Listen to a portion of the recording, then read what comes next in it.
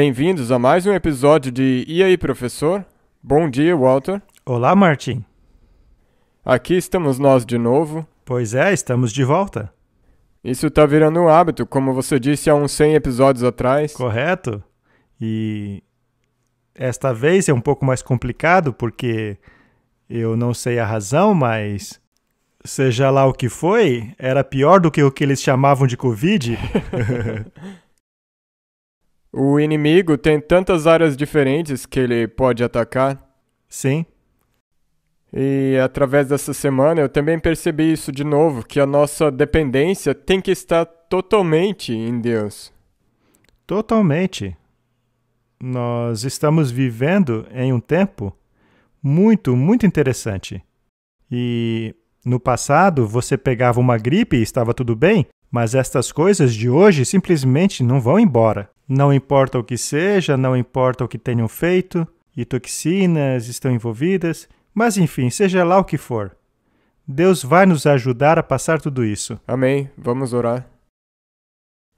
Nosso Pai Celeste, muito obrigado por essa oportunidade de conversar sobre a Tua Palavra e aguardar o dia quando Tu virás nos buscar. Nós temos um trabalho a fazer e é por isso que nós pedimos que Tu nos ajudes. Ilumine nossas mentes com Teu Espírito Santo e guie o nosso falar. Em nome de Jesus, amém. Amém? Nós tivemos muitos pedidos para fazermos novamente um programa de perguntas e respostas. Sim. E então nós decidimos fazer mais um. Nós recebemos muitas perguntas boas. Nós tentamos responder algumas delas pela internet, mas algumas das perguntas são feitas de novo e de novo. Então, vamos responder essas perguntas aqui. Bem, uma das primeiras perguntas que eu continuo sempre esquecendo de te perguntar é: muitas pessoas querem saber o que é isso aí? O que é esse retrato aí? O que é aquela imagem ali, não é? E por que ela é importante? Bem, vou começar dizendo que é uma imagem muito importante, pois em 2017 foi o ano da comemoração da Reforma Protestante, correto? Sim. 31 de outubro de 2017. 500 anos de Reforma Protestante. Foi a primeira vez que o mundo protestante e o mundo católico basicamente celebraram essa data juntos. Eles praticamente celebraram juntos a cura de uma ferida. Agora, eu não sei se, profeticamente falando, a gente deveria ficar feliz com isso ou triste, porque afinal isso é uma desgraça, pois não podemos trair a Cristo e seu plano da salvação, assim como a missão que Ele nos deu. Isso é verdade. Não podemos corromper a palavra com a tradição, pois é como a Bíblia diz, a lei e ao testemunho. Se não falarem de acordo com esta palavra, é porque não há luz neles. Naquela ocasião, tivemos a oportunidade de visitarmos muitos lugares protestantes e fazer também algumas filmagens. E um dos locais que visitamos foi o Museu de Gutenberg. É lá que se encontra a máquina impressora de Gutenberg. O que é provavelmente uma das coisas que mais ajudou a Reforma Protestante a se propagar pelo mundo inteiro, não é? É. Pois a máquina que ele criou imprimiu a literatura protestante, também imprimiu as escrituras.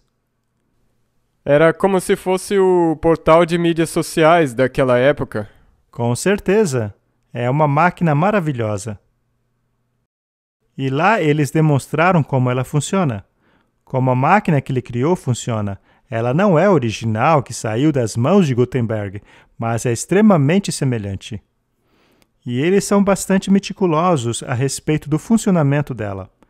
E as letras são muito especiais. Elas foram escolhidas de forma que se pudesse imprimir colunas.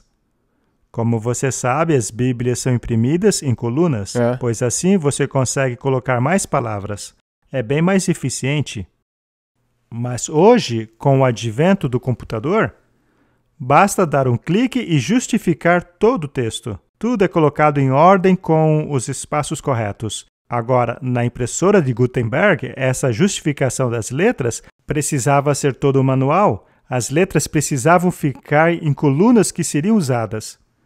E então eles passavam a tinta em cima das letras, e então finalmente eram impressas nas folhas, e se fosse colorida, então era um outro processo, etc. Agora, o tamanho das letras variam dependendo de como elas se encaixam na coluna. Então é uma arte. E enquanto estávamos lá, eles nos permitiram fazer as filmagens e nos mostraram como funcionam. Eles disseram que, na verdade, pouquíssimas pessoas tiveram o privilégio de imprimir uma página ali naquela máquina. E realmente foi um privilégio. Eles nos disseram que aqueles que tiveram essa oportunidade foram a Rainha Elizabeth, George W. Bush e os membros do museu. E para nossa felicidade, eles disseram, ok, vamos deixar vocês imprimirem uma. Realmente foi uma coisa muito legal. Essa chance me colocou em um grupo muito pequeno de pessoas, como um presidente, uma rainha, a ter a oportunidade de imprimir uma página. Ela foi impressa em latim e tem as cores vermelhas e preto. Então, de fato, trata-se de um pedaço de papel muito especial. Então é isso aí. A gente moldurou porque ela foi imprimida em uma máquina de Gutenberg. Como eu disse, está em latim. Eu ainda estou tentando descobrir exatamente a origem do que está nessa página, mas eu vou encontrar um especialista em latim para que possamos discutir o que está escrito lá. Mas agora que você faz parte dessa elite junto com a rainha e o presidente... Eu vou perguntar para a rainha... Ou você pode perguntar para o Papa, porque ambos conhecem ele muito bem. Isso foi uma experiência incrível. Uma lembrança a se guardar. Eu não sei se o Papa ficaria feliz a respeito de algo que veio de uma impressora de Gutenberg, já que ela lhe causou problemas há séculos atrás. Eu também estava pensando que você mencionou que a cura da ferida talvez não seja uma coisa tão positiva. Correto? Mas, olhando pelo outro lado, é uma coisa positiva se você considerar quão breve está a segunda vinda. Bem, a profecia vai se cumprir. E este é um dos sinais que mostra como as profecias estão se cumprindo. As filhas voltariam à mãe, e elas estão voltando. Portanto, isso nos diz que o fim do tempo de graça realmente está perto. É mesmo. Então vamos para uma outra pergunta que as pessoas têm feito. E a questão é a respeito de Marcos 1, verso 15. E a questão é, o reino de Deus aqui em Marcos 1, verso 15, se refere ao reino de Cristo que está vindo no nosso tempo? Quando Jesus iniciou seu ministério, ele basicamente anunciou que o reino havia chegado. Mas como o reino havia chegado? Ele estava falando dele mesmo. Ele referia-se a si mesmo, e ele certamente é o Rei dos Reis e Senhor dos Senhores. Você sabe que Satanás havia roubado o reino de Adão e Eva? Sim. Deus tinha dado a eles. Deus havia lhes dado o domínio, mas este foi roubado por Satanás, e ele o usurpou, e a humanidade tornou-se seu escravo. Mas o dono original dela era Cristo, pois foi ele quem criou tudo. Então, no deserto da tentação, Satanás foi finalmente derrubado. Ele foi vencido. Ele é um inimigo derrotado. Porém, ele não foi eliminado. E é isso o que algumas pessoas não entendem. O fato de Satanás ter sido derrotado, junto ao fato de ele não ter sido eliminado, parece estar em contradição. Mas por que Deus não o eliminou? É porque ainda viria um tempo de teste. Um tempo em que a humanidade faria a sua escolha. Os 6.000 anos ainda não haviam sido completados. Sendo assim, Satanás ainda foi permitido continuar com suas atividades. Porém, ele não é mais o representante deste planeta. Não, Jesus é.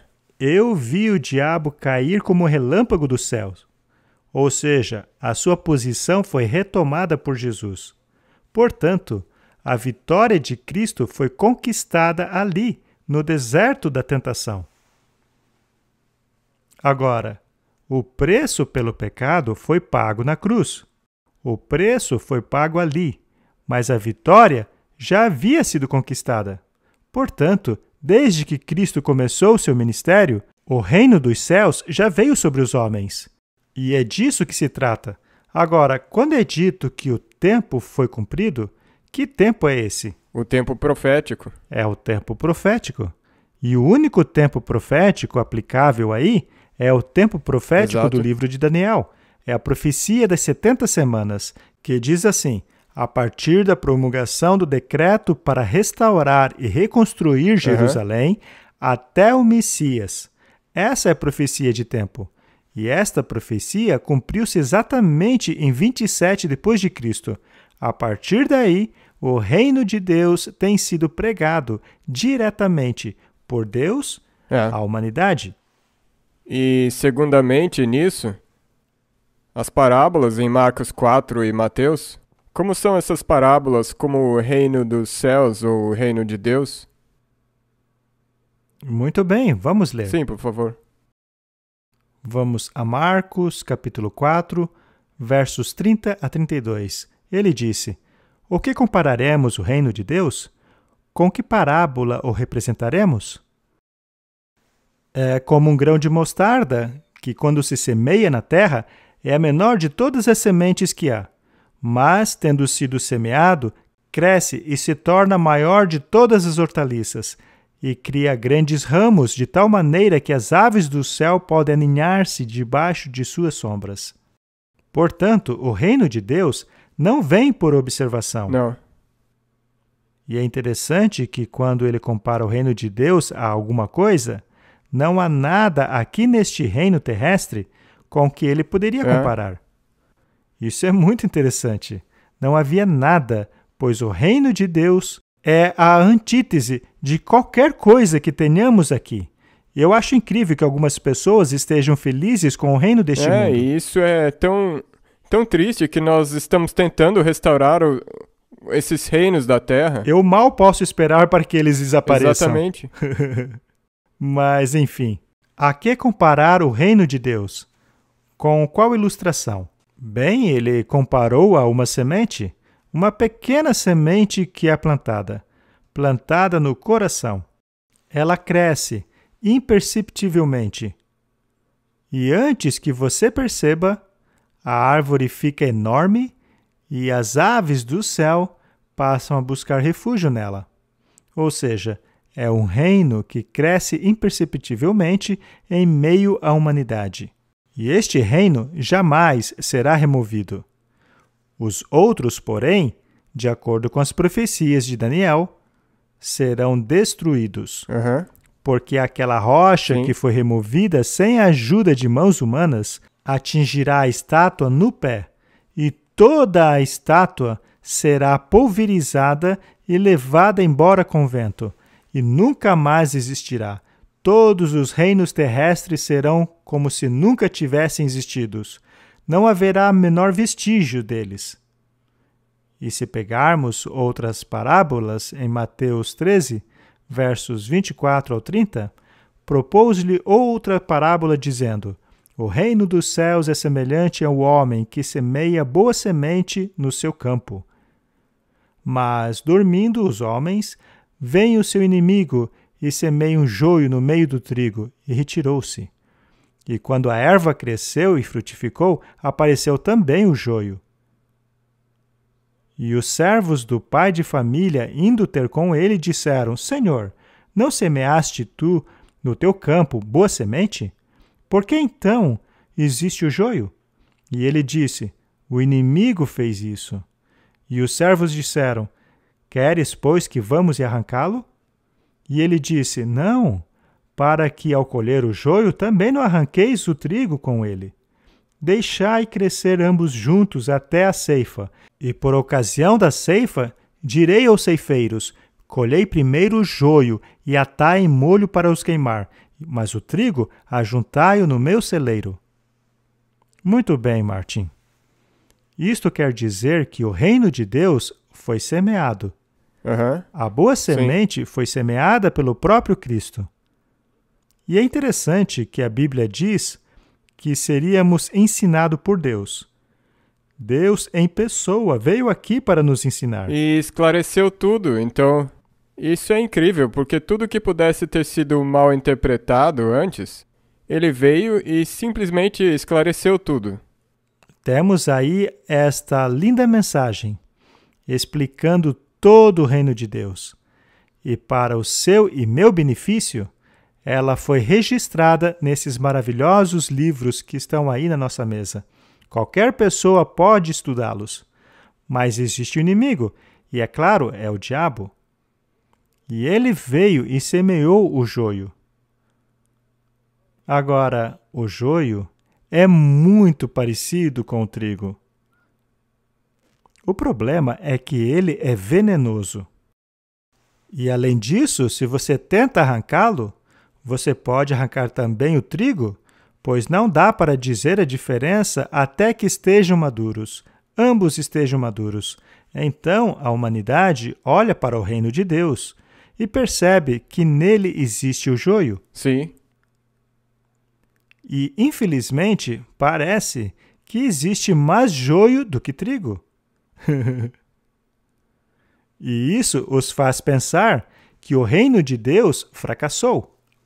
Só que o reino de Deus não fracassou, pois o que também não percebem é que o joio muitas vezes acaba fortalecendo aqueles grãos que pertencem ao trigo. Devemos compreender que Deus permite que a apostasia entre em nosso meio para que os dois lados fiquem bem evidentes, que permite a cada um tomar uma decisão consciente. Exato.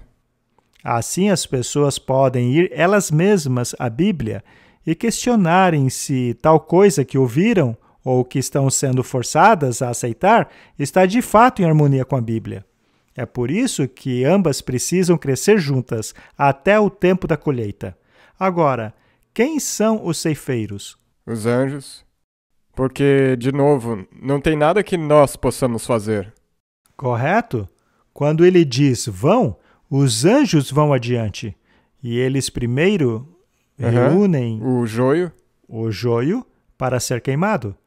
E daí a Bíblia diz que eles reunirão os eleitos nos 4 cantos da terra, para que estes encontrem o Senhor nos céus. Os anjos os tomarão para que eles estejam com o Senhor para sempre.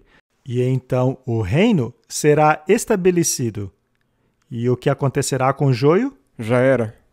Serão destruídos. Sim. E ficarão assim por 1000 anos. E depois do julgamento ter ocorrido lá no céu, então Jesus voltará. Pela 3ª vez. A cidade santa descerá. Uma grande planície será aberta. E aqueles que morreram em transgressão à vontade de Deus serão ressuscitados, no mesmo estado que se encontram hoje. Eles então tentarão atacar a cidade, mas fogo descerá do céu para consumi-los. Mas antes deles serem consumidos, todos eles se ajoelharão. Portanto, o reino dos céus está aqui, apesar de parecer não estar. Sabe, é como as estrelas. Nem sempre elas são visíveis em lugares iluminados. Porém, elas se tornam mais visíveis em meio à densa escuridão. Portanto, quanto mais escuro esse mundo se tornar, mais os santos de Deus brilharão. Oremos a Deus para que pertençamos à luz. Sim. E não às trevas. Muito obrigado. Então vamos para a próxima pergunta. Ok, em 1 Reis capítulo 13, quando um jovem profeta é enviado para entregar uma mensagem e voltar sem comer ou beber nada, daquele lugar, mas daí ele é enganado por outro profeta e acaba morrendo. Parece injusto ele ter que morrer, considerando que o profeta que o enganou era mais velho, então ele tinha que obedecer. E ele era um profeta, dizendo ter recebido uma mensagem de Deus. Você, por favor, pode explicar como nós deveríamos entender essa questão? Martin, essa é uma daquelas histórias que são complicadas, porém muito interessantes. Ela é muito importante para o nosso tempo. Pode ser que alguém, ao olhar essa história, possa achar que Deus foi muito duro ali com aquele homem. Afinal, este jovem profeta havia feito exatamente o que Deus havia ordenado, mas ele não deveria comer nada. Afinal, ele estava entregando uma mensagem para uma Israel extremamente apóstata. E ele deveria retornar sem pegar nada de ninguém. Esta foi a instrução implícita de Deus. Sim. E enquanto ele estava cumprindo tudo isso, todos os critérios necessários, chega aquele outro profeta, dizendo que o jovem profeta não deveria mais fazer aquelas coisas. Ele disse que Deus havia lhe dito que ele poderia segui-lo e comer com ele, etc, etc. E o homem de Deus deu ouvidos a esse profeta e o seguiu. E como consequência disso, ele perde a vida. Agora, o quão importante seria esta mensagem para nós, no tempo em que estamos vivendo? É de uma importância extrema. Eu já posso pensar em alguns exemplos. Muito bem. Se você tem instruções claríssimas de Deus, instruções explícitas, e alguém vai até você dizendo, não é assim. Você não precisa fazer desta maneira. Deus me disse que não tem problema nenhum em fazer de outro jeito. E pelo fato deste profeta ser mais velho, você acaba decidindo seguir aquele profeta. E isto sem consultar a Deus. Sem consultar que foi realmente aquilo que Deus disse. Desta forma, você está colocando a sua confiança em um homem que alega ser um profeta de Deus. Vamos tomar um exemplo bem prático.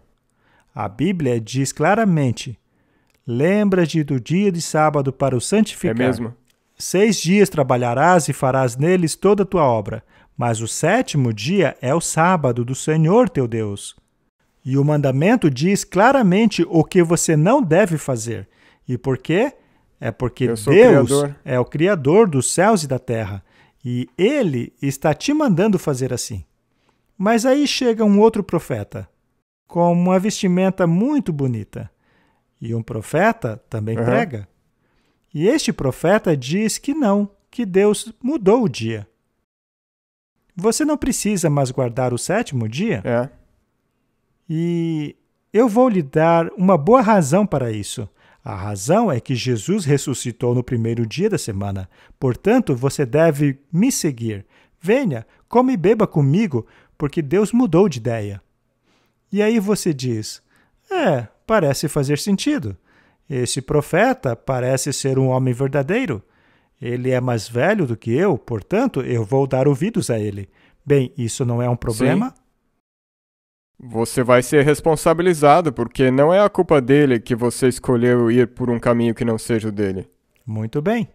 Então, quão importante é que Deus demonstre, especialmente quando ele deu instruções bem claras a respeito de algo a qualquer um de seus profetas.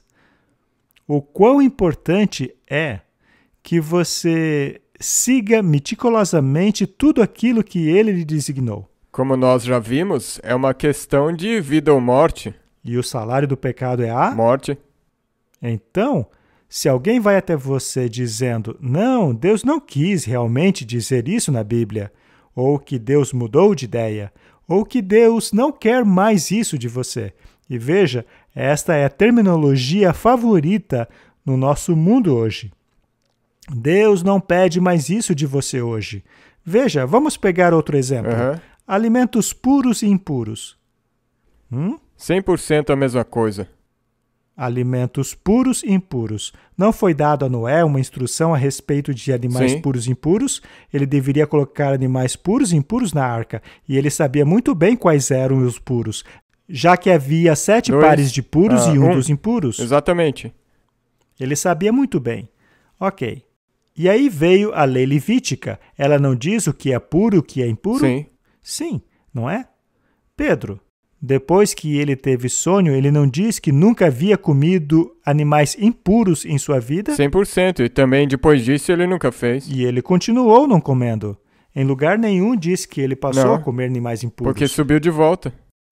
O que ele deveria fazer é não chamar nenhum homem de puro ou impuro. Muito bem.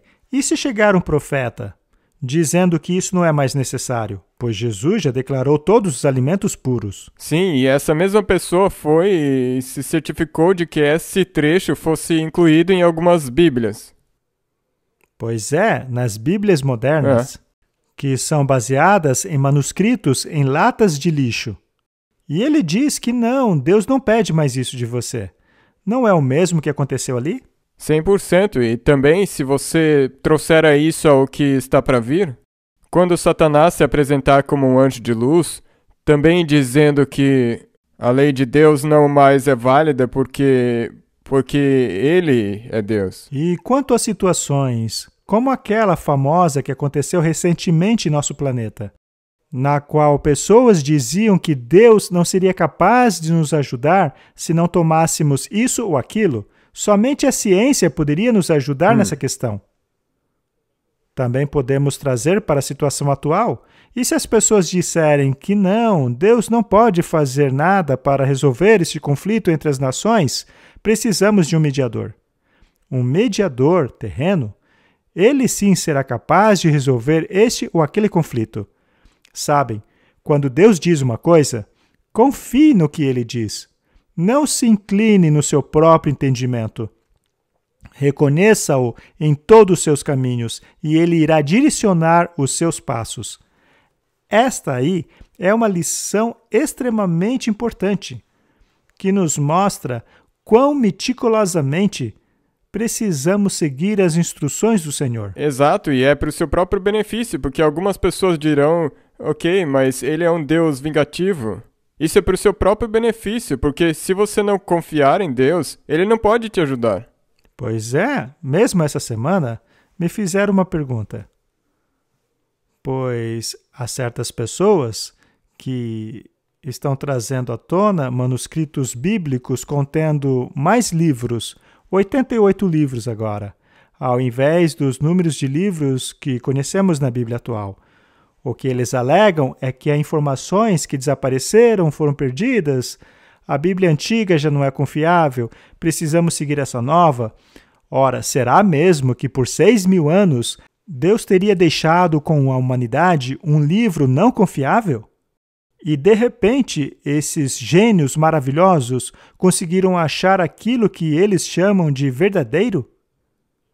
Eu então escrevi àquela pessoa dizendo, se Deus não fosse capaz de preservar a sua própria palavra, ele não seria digno de ser servido.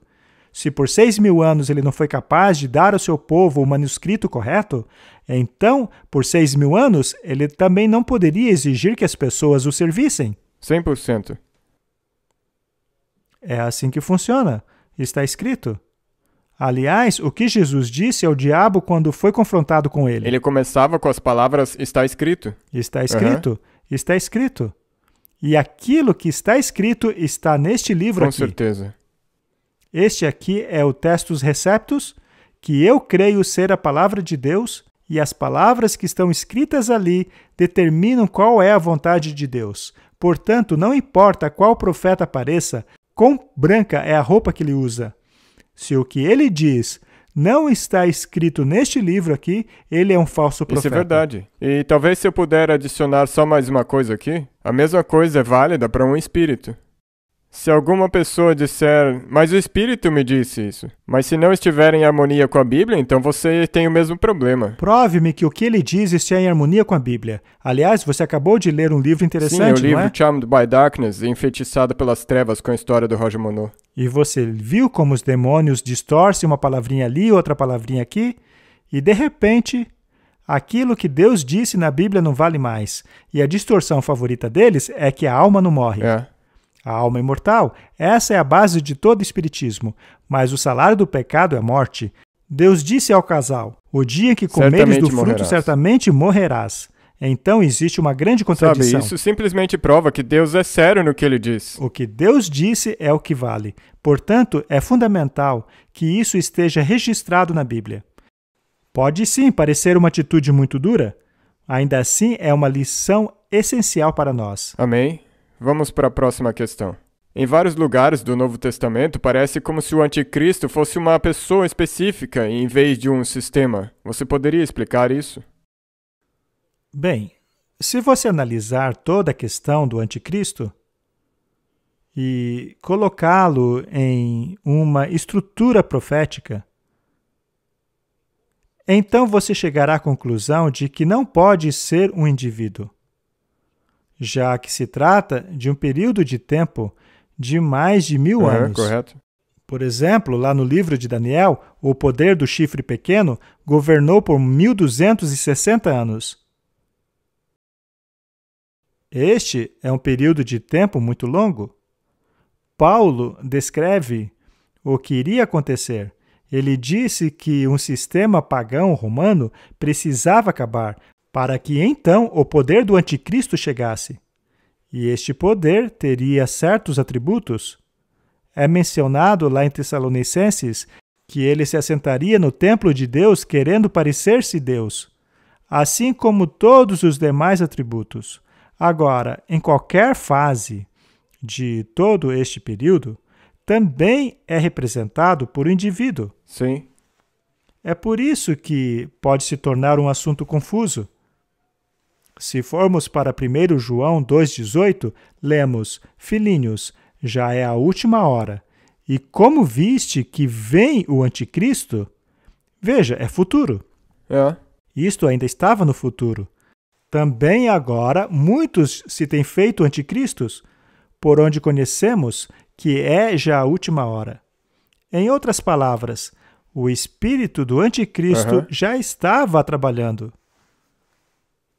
E se você analisar na sua história, por exemplo, o mágico Simão, que tornou-se um feiticeiro de Nero, ele queria comprar o Espírito Santo. Ele estava praticando o que muitos fazem hoje, ou seja, estavam utilizando dinheiro para obter essa bênção. Agora, este mágico, Simão, tornou-se o chamado Petra, a rocha. A pedra, sim. Simão, a rocha. Portanto, quem foi o verdadeiro fundador do sistema do anticristo? Foi Simão o mágico ou Simão o Pedro? Só pode ser Simão o mago. Simão o mágico? E o sistema que surgiu dali foi o sistema que fingia ter um manto do cristianismo, mas, na verdade, estava utilizando feitiçaria. Assim, muitos anticristos atuaram ao longo de grandes períodos, mas a favor de um sistema chamado anticristo. E o que significa a palavra anticristo? Significa no lugar de Cristo. A palavra anti pode significar contra e também no lugar de. Na maioria dos casos da Bíblia, significa no lugar dele. Portanto, essa pessoa se coloca como Deus. Ele toma o lugar de Deus. 1 João 2, versos 22. Quem é o mentiroso senão aquele que nega que Jesus é o Cristo? Este é o anticristo, aquele que nega o Pai e o Filho. Portanto, se alguém alega que Jesus Cristo não é o Messias, então essa pessoa é anticristo. Isto é óbvio, mas você não pode somente pegar um desses atributos isoladamente, não é mesmo? Não.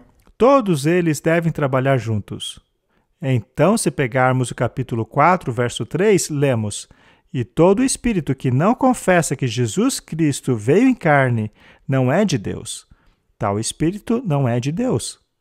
E este é o espírito do anticristo, do qual já ouvistes que há de vir e eis que já está no mundo. Muito bem.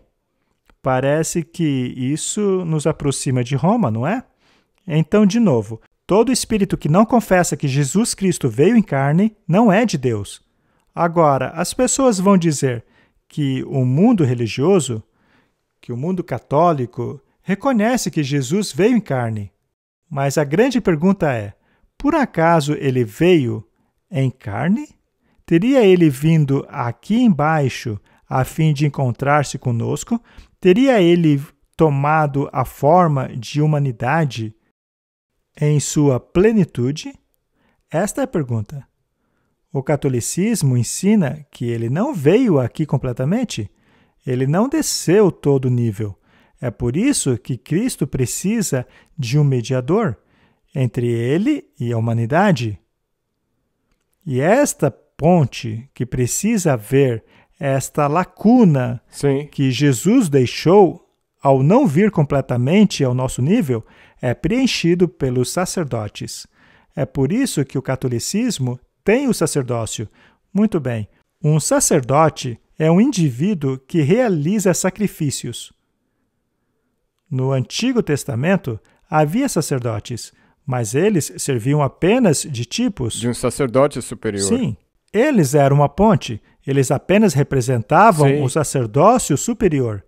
Agora, no catolicismo, os indivíduos que oficiam tornam-se sacerdotes. Isto porque eles praticam um sacrifício. Ele sacrifica ali no altar. E eles alegam que o sacrifício feito ali na missa é exatamente o mesmo sacrifício realizado na cruz. E é por isso que eles precisam de um sacerdote. O sacerdócio, portanto, tem este caráter mediador.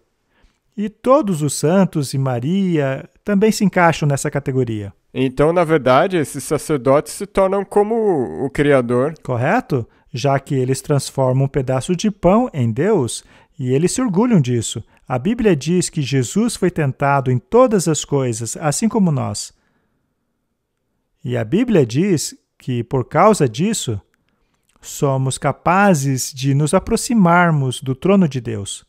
Mas, de acordo com eles, não. Você só pode se aproximar de Deus se for por meio da mediação do sacerdote.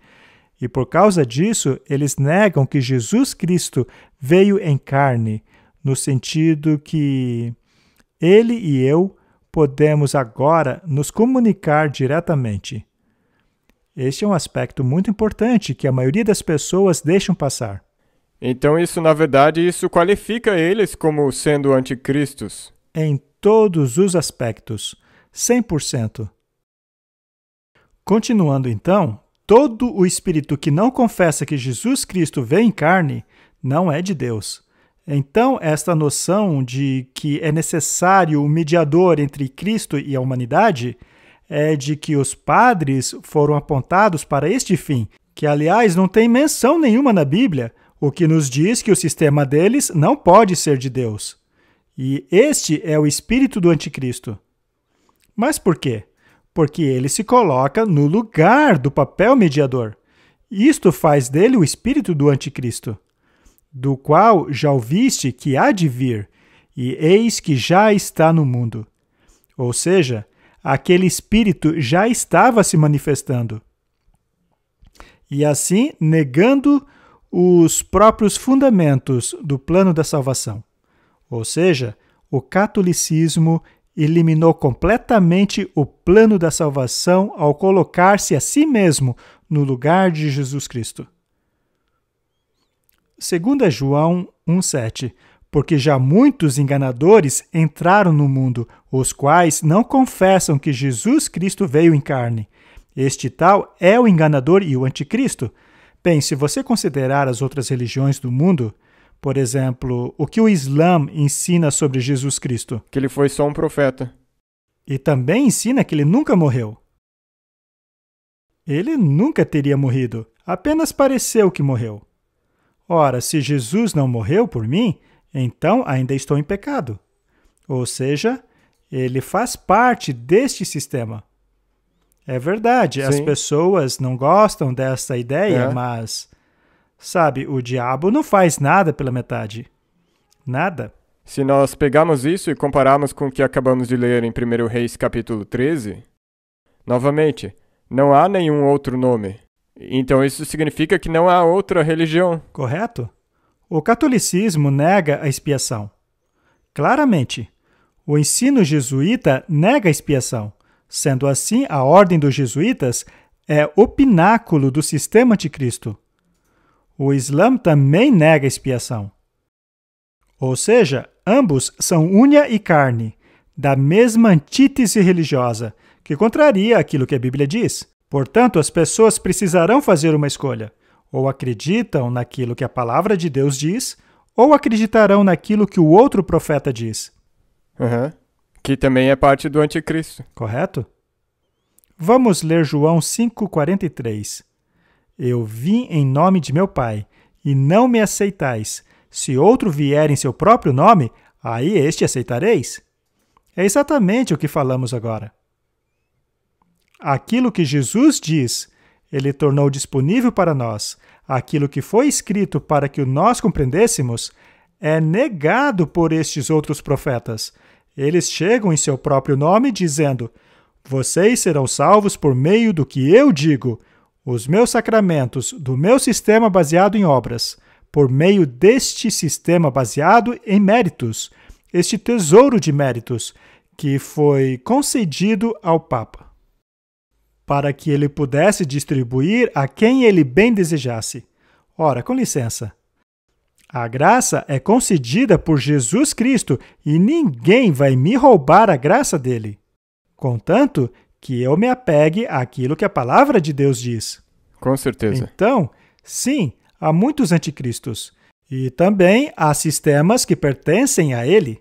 Porém, há apenas um sistema do anticristo que possui o objetivo de chamar-se a si mesmo oficialmente de representante de Jesus Cristo. Verdade. Muito obrigado. Vamos para a próxima pergunta. Se o sumo sacerdote entrava no Santíssimo do santuário terrestre uma vez por ano, então Jesus entrou uma vez em 1844 e depois uma vez por ano no Santíssimo do santuário celestial? Martin, as pessoas têm uma noção engessada a respeito de como Deus age. Eles têm essa noção fixa de um trono que fica lá na sala do trono, com Deus sentado lá. E lá está ele, pregado no trono. Mas segundo a visão de Ezequiel, vemos que o trono de Deus se move. Com rodas. Ele possui rodas dentro de rodas, e uma mão saía dentre delas, mudando a direção. Trata-se de um sistema que é absolutamente, totalmente harmonioso. Mas ainda assim parece um tanto confuso. Portanto, o trono de Deus não é um trono fixo, é um trono móvel. Portanto, o que aconteceu em 1844 é que o ministério de Cristo moveu-se da primeira câmara ministerial para a segunda câmara ministerial. Não significa que o trono está lá pregado? Isso também não significa que o serviço que foi feito no Santíssimo está agora acabado. Jesus ainda é o pão da vida. Ele ainda é a luz do mundo. Ele ainda é a luz. Ele ainda é o nosso intercessor. Agora, qual é a diferença entre a primeira e a segunda câmara? A primeira câmara, como sabemos, contém o candelabro, o altar de incenso e o altar dos pães. Na verdade, o altar dos pães também é um trono. Sim. Sim, também é um trono. No lugar santíssimo, você tinha a Arca da Aliança. E o propiciatório estava sobre ela, que o blindava contra a condenação da lei. Então, o que aconteceu lá em 1844 é que chegamos no dia da expiação antitípico, que por sua vez é um julgamento. E um julgamento precisa de uma norma. Não existe julgamento sem uma norma para julgamento. Se não existe lei, então não há transgressão da lei. Mas se há transgressão, então significa que há uma lei. Correto. E esta lei são os 10 mandamentos. O julgamento não pode começar se a lei não é a base. E onde estava a lei? No lugar santíssimo. A lei havia sido quebrada, a lei nos condena à morte. Portanto, precisamos do propiciatório para nos blindar dessa condenação. E quem seria ele? Jesus Cristo. E será que Jesus Cristo não estava blindando você da condenação antes do dia da expiação? Não, ele já nos protegia constantemente, o tempo inteiro. O tempo todo. Então não podemos pregar isto no chão. O santuário terreno foi um exemplo, uma ilustração do plano da salvação. Não trata-se de uma interpretação rígida de onde as coisas estavam. Se fosse este o caso, os sacerdotes jamais poderiam fazer outras coisas. Mas não, ele ia para casa, ele comia, ele casava, ele tinha filhos e cuidava da família. Fazia tudo isso, mas ele oficiava Exato. durante 1 ano no lugar santo. E o sumo sacerdote oficiava por 1 dia no lugar santíssimo. Portanto, o ministério de Cristo moveu-se do lugar santo para o lugar santíssimo em 1844. E a lei devia tornar-se prevalente. Sim, então o julgamento começou desde 1844 e continua. Correto? Então, se eu puder colocar da seguinte maneira, Jesus provavelmente não está lá de pé 24 horas por dia no Santíssimo. Não. Com certeza não. Ocupado. Mas o ministério com o qual ele está engajado Exato. é o ministério mais sagrado de todos. É o dia da expiação antitípica. E em breve, quando este ministério acabar, sairá então o decreto que aquele que é santo continue a ser santo, etc. Obrigado. Vamos continuar com outra pergunta. No fim dos tempos, em Mateus 24, 37 a 39 e Lucas 17, versos 26 a 30, soa como se a vida estivesse ocorrendo de maneira normal quando Jesus voltar. Eu tenho dificuldade de entender isso. Como poderia a vida se desenrolar normalmente quando pragas e calamidades estão também acontecendo e, no fim, o decreto de morte que será feito? Eu sei que o principal deve ser se preparar espiritualmente e também que vocês não sabem a resposta para todos os detalhes de qualquer pergunta. Mas eu queria ter um tipo de percepção sobre como esses eventos se encaixam nas profecias e nos eventos finais. Muito bem. Vamos dar uma olhada em alguns versos. Mateus 24, verso 37 a 39. Estes são os versos mencionados por ele na pergunta. Assim como foi nos dias de Noé, assim será também a vinda do Filho do Homem. Porquanto, assim como nos dias anteriores ao dilúvio, eles comiam, bebiam, casavam, davam-se em casamento, até o dia em que Noé entrou na arca. E não perceberam até que veio o dilúvio e os levou a todos. Assim será também a vinda do Filho do Homem. O que estes versos estão nos dizendo, em sua essência, ou o que estão descrevendo, é um certo tipo de normalidade. Agora, existe algo errado em comer e beber? Não. Se você não comer nem beber, você morre, não é? Há algum problema em casar-se e dar-se em casamento? Não. Então, por que a Bíblia menciona isso como coisas específicas dos dias de Noé? Comendo, bebendo, casando, dando-se em casamento.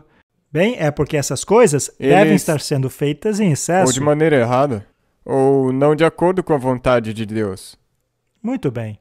Então eles estavam bebendo e comendo em excesso, ou seja, glutões, e estavam casando-se e dando-se em casamento a qualquer pessoa, ou seja, trocavam de parceiros como trocam de roupa. Isso acontece hoje, Martin? Sim, e parece até normal. Sim. E quando houve a pandemia, no ano passado, ou quando houve o tsunami, mesmo apesar de serem calamidades, as pessoas continuaram comendo e bebendo. Sim, E hoje continuam casando-se em excesso e também se divorciando em excesso. E também a questão sobre com quem você casa. uhum. Bem, a questão é que esse excesso ocorre hoje. Esse é o contexto em qual devemos compreender o texto. Então, se fôssemos parafrasear o texto, diríamos, assim como foi nos dias de Noé, também seria na vinda do Filho do Homem. Haveria muitos excessos no comer e beber. Haveria glutonaria. Por um lado, haveria fome, e por outro lado, haveria um luxo exagerado. E também haveria todo tipo de anormalidade do que se refere aos relacionamentos humanos. Sabe, e isso na verdade adiciona ao que nós temos dito. Tudo o que tem acontecido e que virá não vai ser como se, agora vai. Simplesmente vai formar parte de toda essa catástrofe que tem continuado. Sim. E se formos ler a mesma história em Lucas 17, versos 26, lemos assim: E assim como foi nos dias de Noé, também será nos dias do Filho do Homem. Eles comiam, bebiam, casavam-se, davam-se em casamentos até o dia que Noé entrou na arca e veio o dilúvio e os consumiu a todos. Portanto, haverá uma destruição total, por causa dos excessos deles, mas aí ele dá um pouco mais de detalhes. E como também, da mesma maneira, aconteceu nos dias de Ló. Comiam, bebiam, compravam, vendiam, plantavam, edificavam. Mas no dia em que Ló saiu de Sodoma, choveu do céu fogo e enxofre e os consumiu a todos. Agora vem uma pergunta intrigante. Por que ele mencionou Ló? Porque tem uma outra parte da apostasia que vem com isso. Porque há um aspecto novo ali na história dele. Ou seja, eles eram tão blasfemos, tão licenciosos, que chegaram ao ponto até mesmo de quererem violar anjos. É. Que coisa nojenta eles se tornaram. E eles eram tão arraigados nas posses terrenas. Parece ser até mesmo com leis e regras que estão se estabelecendo hoje em dia, no mundo todo. Eu tenho medo que, seja lá o que eles disserem, acabe tornando-se compulsório. É e verdade. aí eu terei que me mudar para o Polo Norte e viver entre os pinguins. Assim será no dia em que o Filho do Homem se manifestar. Então, isso daí tem que ver com exageros. É por isso que parece ser normal, mas não é. Agora, se nós, colocando aqui mais uma parte, essa época de Noé, isso é antes ou enquanto as últimas pragas estiverem caindo? Bem, é dito ali até o dia em que Noé entrou na arca. O dia em que Noé entrou na arca foi o dia do fim do tempo de graça. Então, tipicamente, é aí que então as pragas vão começar a cair. Então é esse tempo que está se mostrando agora. Sim, nós estamos vivendo justamente naquele tempo, antes de Noé entrar na arca. Mas qual será a arca antitípica? A igreja. A igreja? Mas qual delas?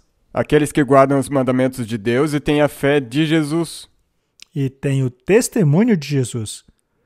Este é o significado da arca, pois ela é o convite. Portanto, eu espero termos respondido essa pergunta. Sim, e eu também acho que se você colocar nesse contexto, as pessoas vão começar a perceber. Nós já estamos vivendo nesses tempos, então não vai ser uma coisa que, de repente você vai parar tudo porque você vê o que está acontecendo. Obrigado. O que a Bíblia diz sobre cremação? Os mártires não tiveram uma escolha, mas para um funeral nós temos.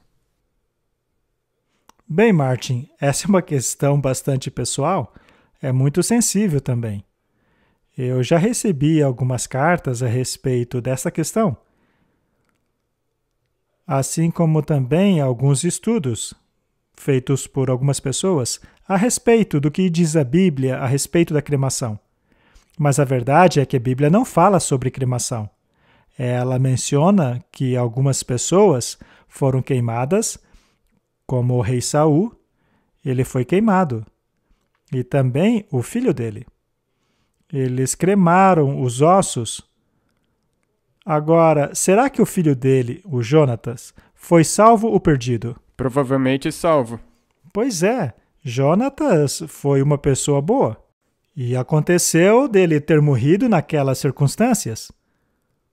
Se a cremação fosse mesmo um problema, como costumava ensinar o catolicismo, veja, o catolicismo era contra a cremação, porque assim você não seria encontrado quando Jesus voltasse para ressuscitá-lo.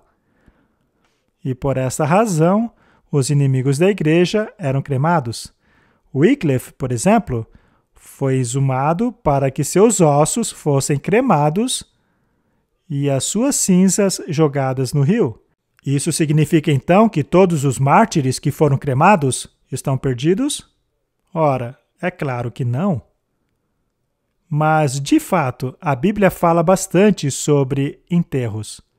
Desde o início, você vê a Bíblia mencionar sobre locais de enterro, vemos essa preocupação com Abraão e quão meticulosos eles eram em guardar os seus mortos nas sepulturas. Até José pediu que seus ossos fossem tirados do Egito de volta para Israel. Correto.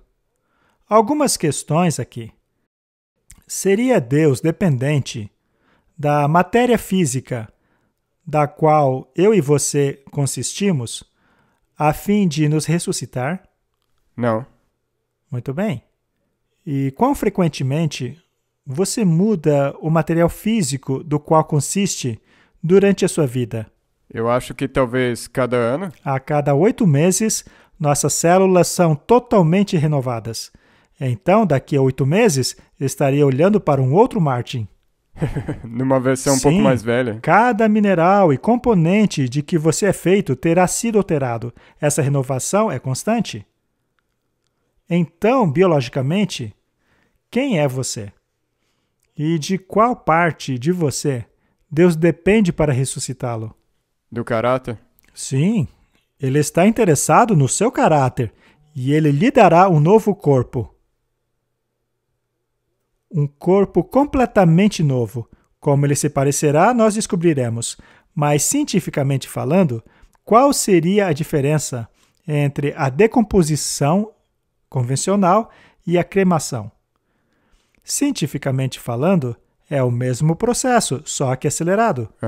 Correto? Exato. É apenas uma aceleração do processo. E sendo assim, qual seria a vantagem de um em relação ao outro? Bem, as pessoas são emotivas em relação a corpos, e sepulturas, e tumbas. E você sabe, se você tiver uma identidade e naquele lugar específico onde ela foi enterrada, você puder se sentir próximo a ela, isso te dá uma forma de consolação. Agora, será que isso significa que a Bíblia condena a cremação? Não. A resposta, certamente, é não, pois não encontramos nada na Bíblia contra isso. Então, é uma escolha muito pessoal. Eu também acho isso. Quanto a se escolher a cremação ou não. Em alguns países em que o espaço é muito limitado, como o Japão, por exemplo, você aluga uma sepultura por algum tempo e depois de, acho que uns 2 anos, é necessário abrir espaço para outra pessoa, pois o espaço, como eu disse, é muito limitado. Então, há todas essas questões a se considerar. Se eu puder compartilhar uma experiência pessoal, o que não quer dizer que é uma boa história. Mas os meus pais foram enterrados, não foram cremados. A minha mãe foi enterrada em uma sepultura familiar. E quando a irmã gêmea dela morreu, ela foi enterrada no mesmo local.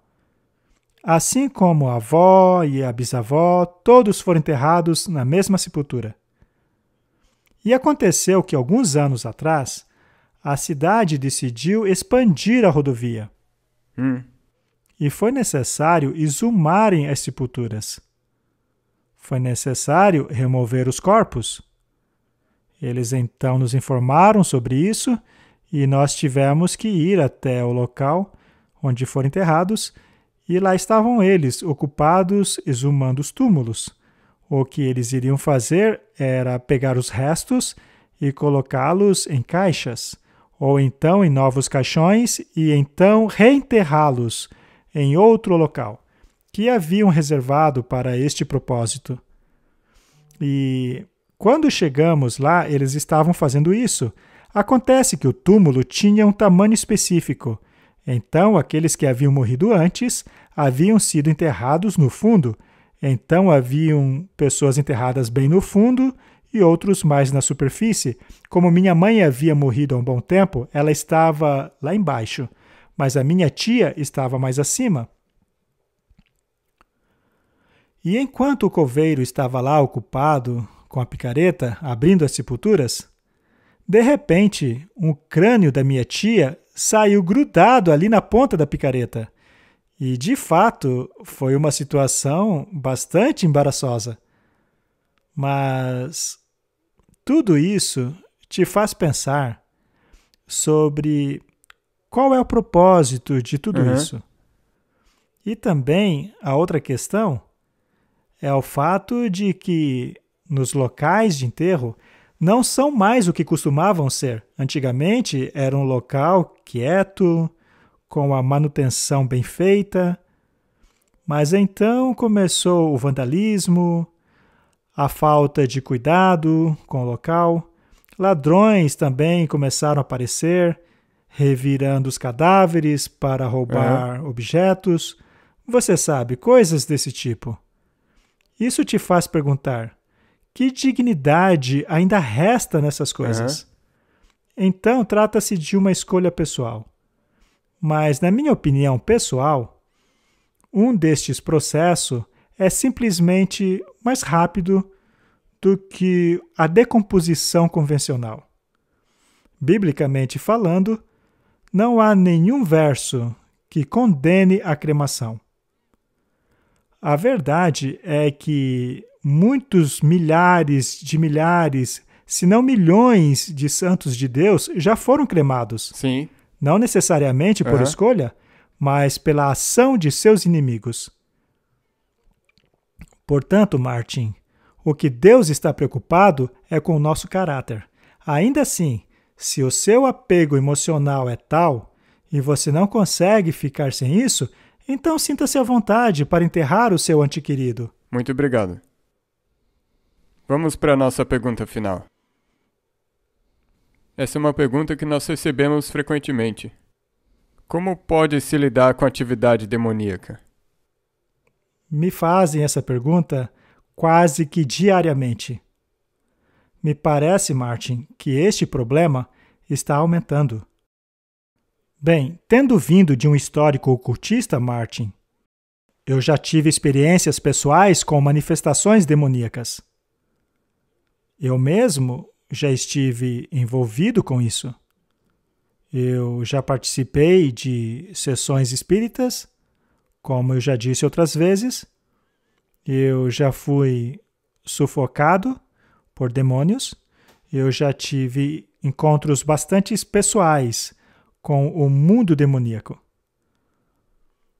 E a libertação que me foi concedida não veio por meio de exorcismo, ainda que por algum tempo pareceu ser isto, porque enquanto eu ainda não conhecia a verdade bíblica, eu abri as portas da minha casa para que padres viessem praticar o exorcismo.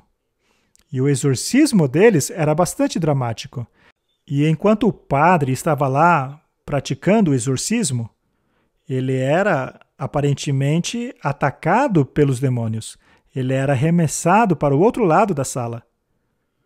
E finalmente, após o exorcismo ter sido concluído e o padre ter saído, não havia mais atividades demoníacas na minha casa. Naturalmente, eu atribuía isso ao exorcismo, a este ritual? O ritual do exorcismo consiste em fazer água benta com sal e uma cruz em meio ao sal. Ele então distribuía essa água dentro da casa, aspergindo ela nas coisas, enquanto ele rezava uma missa dentro da casa. Foi uma experiência muito interessante porque aqueles que já ouviram meu testemunho sabem que os animais vinham correndo. Era de fato uma experiência muito estranha. Mas quando descobri a verdade e passei a me apegar a ela, toda aquela manifestação demoníaca voltou como vingança. Sendo assim, será que aquele exorcismo é realmente eficaz? Não. Claro que não. Não mesmo. Tudo aquilo não passava de enganação. O diabo, na verdade, fingia ter sido derrotado, para que assim eu ficasse preso a uma mentira maior ainda. Sim. Veja, antes eu era um ateu, e depois havia ido para uma religião totalmente contrária às Escrituras. Então, eu aprendi uma lição muito valiosa. O que, na verdade, deu fim às manifestações demoníacas foi a oração. A oração acabou com aquelas manifestações, que não significa que os assédios acabaram. Essa é uma coisa importante. Por favor, fale um pouco mais disso. Muito bem, vamos falar mais sobre isso. A noção de hoje é que você chama um exorcista, ou um padre, ou um pastor, e ele dá ordem que os demônios deixem o local. Agora, quando você lê a Bíblia, você vê que havia outros também que comandavam os demônios a ir embora. E os demônios responderam a ele: a Jesus eu conheço. Mas quem que é você? Paulo, eu também conheço. Mas quem é você? E os homens eram espancados. Portanto, a palavra mágica não é uma porção mágica. Há um monte de gente por aí ordenando a expulsão de demônios em nome de Jesus Cristo. É como uma religião do empoderamento, pois o poder, neste caso, está em você. Mas o poder nunca está em você. O único capaz de confrontar o demônio é o próprio Jesus Cristo. E eles não vão embora a não ser por jejum e oração.